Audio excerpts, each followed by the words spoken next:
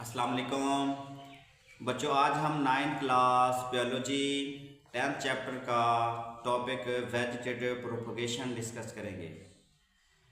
बच्चों, इस टॉपिक में हम देखेंगे कि वेजिटेटिव प्रोपगेशन कौन सी रिप्रोडक्शन की कौन सी किस्म है, उसकी आगे कितनी टाइप्स हैं और कौन कौन से पौधे कौन कौन की किस्म की रिप्रोडक्शन करते हैं। चलिए अब आते हैं टॉपिक की तरफ। Vegetative propagation. Vegetative propagation asexual reproduction की एक किस्म है जिसके अंदर गैमीट्स नहीं बनते, यानी जो मेल या फीमेल गैमीट बनते हैं इसके अंदर गैमीट्स नहीं बनते, बल्कि ये जो पौधे के वेजिटेटिव हिस्से होते हैं यानी जड़ों के ज़रिए या तनों के ज़रिए या पत्तों के ज़रिए जो पौधे रिप्रोडक्शन करते हैं या अपने जैसे नए जानदार पैदा करते हैं, इस तरह की जो रिप्रोडक्शन होती है उसको हम बोलते हैं वेजिटेटिव प्रोपगेशन। यानी हम ये कह सकते हैं कि पौधे के जो वेजिटेटिव हिस्सों के ज़रिए जो रिप्रोडक्शन होती है, यानी जो पौधा अपने तने के ज़रिए या जड़ों के ज़रिए या पत्तों के ज़रिए जो रिप्रोडक्शन करता है या अपने जैसे नए जानदार पैदा करता है, उसको हम वेजिटेटिव प्रोपगेशन कहते हैं और ये एसेक्सुअल रिप्रोडक्शन की एक किस्म है। तो अब आते हैं वेजिटेटिव प्रोपगेशन की टाइप्स कितनी हैं। तो देखते हैं वेजिटेटिव प्रोपगेशन की दो टाइप्स हैं, एक है नेचुरल वेजिटेटिव प्रोपगेशन और दूसरी है आर्टिफिशियल वेजिटेटिव प्रोपगेशन। जो नेचुरल वेजिटेटिव प्रोपगेशन है इसकी आगे मज़ीद 7 टाइप्स हैं। यानी जो नेचुरल वेजिटेटिव प्रोपगेशन है उसके अंदर 7 टाइप्स हैं, यानी मुख्तलिफ पौधे मुख्तलिफ तरीक़ों के ज़रिए अपनी रिप्रोडक्शन करते हैं। तो इसमें ज़्यादातर जो पौधे हैं वो तनों के ज़रिए रिप्रोडक्शन करते हैं और उसके अंदर भी थोड़ा बहुत फ़र्क आता है, जिसकी वजह से इसकी डिफरेंट टाइप्स हैं। और ये जितने भी टाइप्स हैं इनको हम 1 बाय 1 डिस्कस करेंगे और देखेंगे कि कौन सा पौधा या कौन सा फसल या कौन सा दरख्त कौन सी किस्म के ज़रिए रिप्रोडक्शन करता है। देखेंगे पहला है स्टोलम यानी रनर्स। यानी ये ऐसे पौधे होते हैं इनके अंदर जो इनका तना होता है वो ज़मीन के ऊपर हॉरिजॉन्टल शक्ल में मूव करता है, यानी इनका जो स्टेम है यानी जो तना है वो ज़मीन के ऊपर हॉरिजॉन्टली मूव करता है और वो जो तना होता है उसके मुख्तलिफ हिस्सों पर नोड्स होते हैं या जोड़ होते हैं या उभार होते हैं, बड भी हम उसको बोलते हैं। वो बड एक मखसूस जगह पर जाकर वहाँ से उन बड से या उन नोड से नीचे जड़ें बन जाती हैं और ऊपर से लीफ निकल आती हैं। आप ये देख सकते हैं कि nodes grows into leaves and roots. तो जब नोड से जड़ें बन जाती हैं या ऊपर से शाखें निकल आती हैं तो उससे उसकी रिप्रोडक्शन हो जाती है, फिर उस तने का पिछले पौधे से कनेक्शन ख़त्म हो जाता है, वो एक नया इंडिपेंडेंट पौधा बन जाता है। तो उसके बाद उसका भी तना इसी तरह मूव करता है और इस तरह इनकी रिप्रोडक्शन चलती रहती है और ये भी एक एसेक्सुअल रिप्रोडक्शन है। तो इसकी एग्जांपल देखते हैं। ये स्ट्रॉबेरी का पौधा है, स्ट्रॉबेरी का पौधा यानी स्टोलन यानी रनर्स के ज़रिए रिप्रोडक्शन करता है।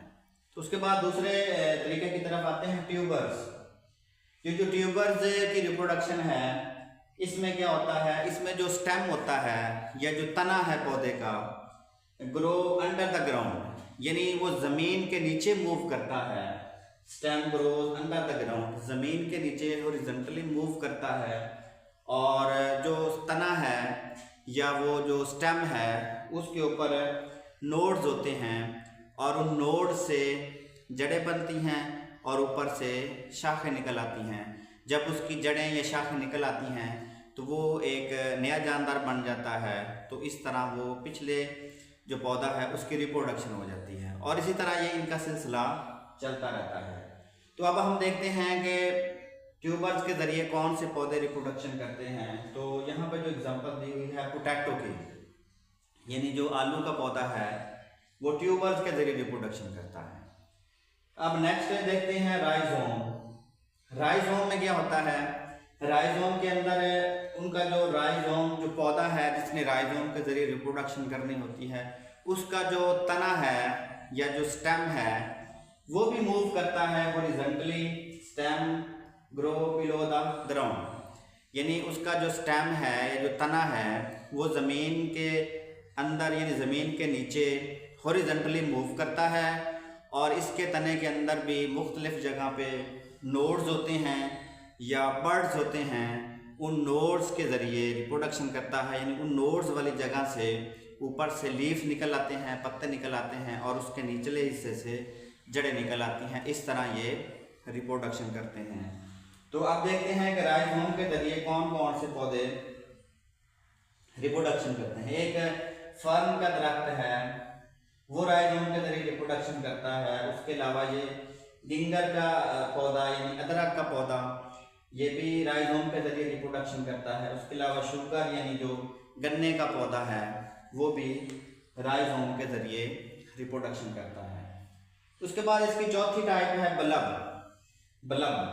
बल्ब में क्या होता है, बल्ब में जिस पौधे ने रिप्रोडक्शन करनी होती है वो क्या करता है, द स्टेम ग्रोज अंडरग्राउंड, यानी जो उसका स्टेम होता है या जो तना होता है वो ज़मीन के अंदर मूव करता है, ग्रोज करता है, ग्रो अंडर द ग्राउंड, ज़मीन के नीचे वो मूव करता जाता है, और उस तने के ऊपर नोड्स होते हैं या बर्ड होते हैं। उन नोड्स के ज़रिए रिप्रोडक्शन होती है। यहाँ पे लिखा हुआ है the bird grow into new plant.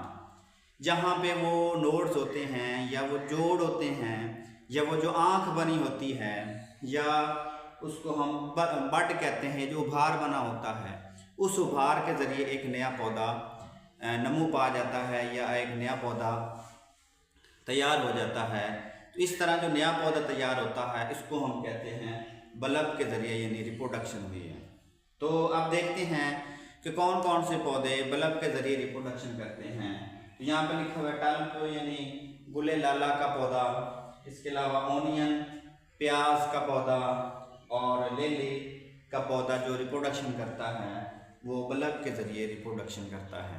तो अब नेक्स्ट इसकी टाइप की तरफ आते हैं कॉर्न। ये जो कॉर्न का तरीका है ये उससे मिलता है बल्ब के ज़रिए, मतलब रिजम्बल्स विद बल्ब से ये रिजम्बल तो करता है, लेकिन इसमें थोड़ा सा फ़र्क है। उसके जो लीफ होते हैं वो फ्लैशी होते हैं, यानी रस भरे होते हैं, फ्लैशी रस भरे होते हैं, लेकिन जो इसके लीफ होते हैं वो नो फ्लैशी लीफ, यानी इनके अंदर जो लीफ होते हैं वो रस भरे नहीं होते बल्कि खुश्क होते हैं। तो इस कौन से पौधे हैं यानी कॉर्न के ज़रिए रिप्रोडक्शन करते हैं, यानी गार्लिक का पौधा यानी जो लहसुन है, और डैशीन यानी अरबी का पौधा, ये वाले जो पौधे हैं ये कॉर्न के ज़रिए रिप्रोडक्शन करते हैं। उसके बाद नेक्स्ट टाइप है शक्कर्स। ये जो शक्कर्स है, ये जो पौधे हैं ये जड़ों के ज़रिए या जो पौधे की बेस होती है, जो बुनियाद होती है, जहाँ से पौधे का जो तना निकल रहा होता है, उस बुनियाद से नए पौधे निकल आते हैं या उसकी जड़ों से नए पौधे निकल आते हैं, उसको हम बोलते हैं शक्कर्स। यानी जो शक्कर्स हैं grow from the base of the plants are roots, यानी जो पौधे की बेस है या बुनियाद है, यानी जहाँ से पौधा ज़मीन से निकलता है उसकी बेस बुनियाद से नया पौधा निकल आता है या उसकी रूट से एक नया पौधा बन जाता है। इस तरह की जो रिप्रोडक्शन होती है उसको हम बोलते हैं शक्कर्स। और इसकी जो एग्जांपल हैं बनाना यानी जो केले का पौधा है वो शक्कर के ज़रिए रिप्रोडक्शन करता है। उसके बाद अलावा जो रसबेरी है, यानी ये जो दो एग्जांपल हैं वो शक्कर्स की हैं। इसमें पौधा जड़ों के ज़रिए या पौधे की जो बेस होती है, जो बुनियाद होती है, वहाँ से एक नया पौधा निकल आता है और इस तरह जो रिप्रोडक्शन करता है इसको हम कहते हैं शक्कर्स। और नेचुरल वेजिटेटिव प्रोपगेशन की जो लास्ट टाइप है वो मॉडिफाइड लीफ, यानी कुछ पौधे पत्तों के ज़रिए भी रिप्रोडक्शन करते हैं और ये पौधों की एक ख़ास किस्म होती है ब्रायोफाइलम। यानी ब्रायोफाइलम एक ख़ास किस्म के पौधे हैं जो पत्तों के ज़रिए रिप्रोडक्शन करते हैं और उन पत्तों के मार्जिन्स यानी जो उसके किनारे होते हैं उसके ऊपर ना बड बने होते हैं, बड्स यानी उभार होते हैं। यानी जो समझ लें कि जो ब्रायोफाइलम का पौधा है उसका जो पत्ता होगा उसके किनारों पे ना बर्ड बने होते हैं या उभार बने होते हैं। तो जब उस पौधे ने रिप्रोडक्शन करनी होती है तो वो उस जो पत्ता है उसको गिरा देता है, और जहाँ पत्ता गिरता है तो उसके जो बर्ड होते हैं या उभार होते हैं वो उभार से एक नया पौधा निकल आता है।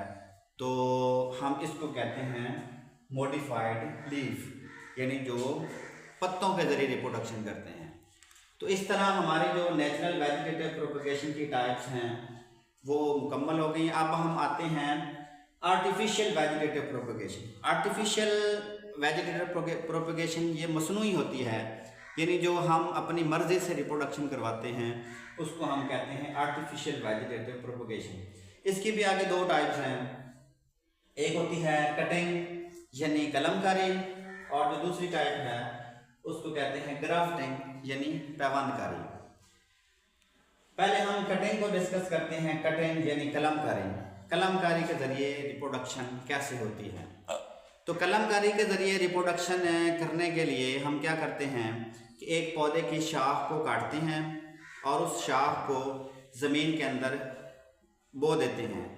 तो जो वो शाख है उसके जो निचला हिस्सा है उससे जड़ें बन जाती हैं, और जो उसका ऊपर वाला हिस्सा है या जहाँ पे बर्ड्स होती हैं या नोड्स होते हैं या आँख होती है वहाँ से एक नई शाखें निकल आती हैं। तो इस तरह की जो रिप्रोडक्शन है उसको हम कटिंग यानी कलमकारी कहते हैं। यानी जिस पौधे की रिप्रोडक्शन करनी हो उसकी शाख काट कर ज़मीन में बो दी जाती है और उसका जो निचला हिस्सा है उससे जड़ें बन जाती हैं, जो ऊपर वाला हिस्सा है उससे शूट्स यानी शाखें बन जाती हैं। तो इसमें जो ज़्यादातर हाउस प्लांट्स होते हैं जो घरों में पौधे लगाए जाते हैं, ऑर्नामेंटल प्लांट्स यानी घरों के अंदर या नर्सरीज़ में जो या स्कूल्स में या दफातर में जो पौधे खूबसूरती के लिए लगाए जाते हैं उनकी रिप्रोडक्शन ज़्यादातर कटिंग के ज़रिए होती है। उसके अलावा फ्रूट क्रॉप्स उनके अंदर भी जो रिप्रोडक्शन है वो कलमकारी के ज़रिए होती है। तो इसकी जो एग्जांपल्स में दो ही पौधे हैं, रोजेस यानी गुलाब का पौधा या ग्रेप वाइन यानी अंगूर की बेल, ये जो दो पौधे हैं। और भी एग्जांपल्स होंगी लेकिन हमारी बुक में ये दो एग्जांपल दी हुई हैं, यानी रोजेस यानी गुलाब का जो पौधा है या जो अंगूर की बेल है उसकी हम रिप्रोडक्शन है उसके कलमकारी के ज़रिए कर सकते हैं, यानी उसकी कलम काट कर लगा देते हैं जिससे एक नया पौधा नमू पा जाता है। उसके बाद इसकी दूसरी टाइप है ग्राफ्टिंग। ग्राफ्टिंग का मतलब होता है पैवंदकारी। पैवंदकारी का मतलब ये होता है कि एक ही स्पीशीज़ के दो पौधे जिसमें एक अच्छी खसूसियत वाला पौधा होता है और एक कम खसूसियत वाला पौधा होता है। इसमें हम क्या करते हैं, तो इसमें जो कम खसूसियत वाला पौधा है उसकी शाख काट ली जाती है और अच्छी खसूसियत वाला जो पौधा है उसकी भी शाख काट ली जाती है। तो इस तरह क्या करते हैं, अच्छी खसूसियत वाले पौधे को कम खसूसियत वाले पौधे के ऊपर ऐसे अटैच कर दिया जाता है या जोड़ दिया जाता है, तो कुछ दिनों के बाद वो ग्रो करना शुरू कर देता है। तो इस तरह जो जिसकी खसूसियात कम होती हैं उसके ऊपर जब अच्छी खसूसियत वाले पौधे की शाख लग जाती है तो उसकी खसूसियात भी अच्छी हो जाती है। जिस तरह ये देखें, ये हमारे पास एक पॉइंटर है, समझ लें कि ये एक पौधा उसकी हमने शाख काटी है और ये दूसरा पौधा है जिसके ऊपर हमने उसकी शाख को अटैच करना है। ये अच्छी खसूसियत वाला है और ये कम खसूसियत वाला। जब अच्छी खसूसियत वाले पौधे की शाख को इसके ऊपर ऐसे अटैच करते हैं तो इससे वो ये जो शाख है ये ग्रो करना शुरू कर देगी और बढ़ना शुरू कर देगी। तो इससे जो अच्छी खसूसियत वाली पौधा है उसकी खसूसियात दूसरे पौधे में ट्रांसफ़र हो जाती हैं। तो इस तरह की जो रिप्रोडक्शन होती है उसको हम कहते हैं ग्राफ्टिंग यानी पैवंदकारी। तो ये एक टेक्निकल काम होता है और ये फ़ायदेमंद भी है। तो अब हम देखते हैं कि ये कौन कौन से पौधे हैं जो हम जिनमें हम ग्राफ्टिंग के ज़रिए रिप्रोडक्शन करवाते हैं। पहले देखें जी कमर्शियल फ्रूट ट्रीज़, यानी जितने भी फ्रूट होते हैं जिनका फ्रूट हम कमर्शियल के तौर पर यानी तिजारती पैमाने पर फ़रोख्त करते हैं, उनकी जो रिप्रोडक्शन है वो ग्राफ्टिंग के ज़रिए करवाई जाती है। इससे क्योंकि हम अच्छी नस्ल के जो जो पौधे होते हैं उनकी हम ग्राफ्टिंग करवा के उसको मज़ीद अच्छा कर लेते हैं, तो फिर उसको हम आगे कमर्शियल यानी आगे फ्रूट्स को बेचते हैं तजारती पैमाने पर, जिससे कमर्शली या समझ लें इकोनॉमिकली फ़ायदा होता है। इसकी एग्जांपल देखते हैं। इसकी एग्जांपल में सबसे पहले जो एग्जांपल है आलमंड यानी जो बादाम का पौधा है, उसके अलावा प्लम यानी आलू बुखारे का पौधा है, और उसके अलावा चेरीज यानी ये 3 एग्जांपल दी हुई हैं। इन 3 तरह के जो पौधे होते हैं उनके अंदर हम ग्राफ्टिंग के ज़रिए रिप्रोडक्शन करवाते हैं, और ग्राफ्टिंग के ज़रिए हम उनको यानी कमर्शियल फ्रूट के तौर पर भी यूज़ करते हैं, या मतलब अपने ज़्यादा से ज़्यादा फ़ायदे के लिए इस्तेमाल करते हैं। और ये एक समझ लें इकोनॉमिकली फ़ायदेमंद है, और ये एक टेक्निक वाला काम है।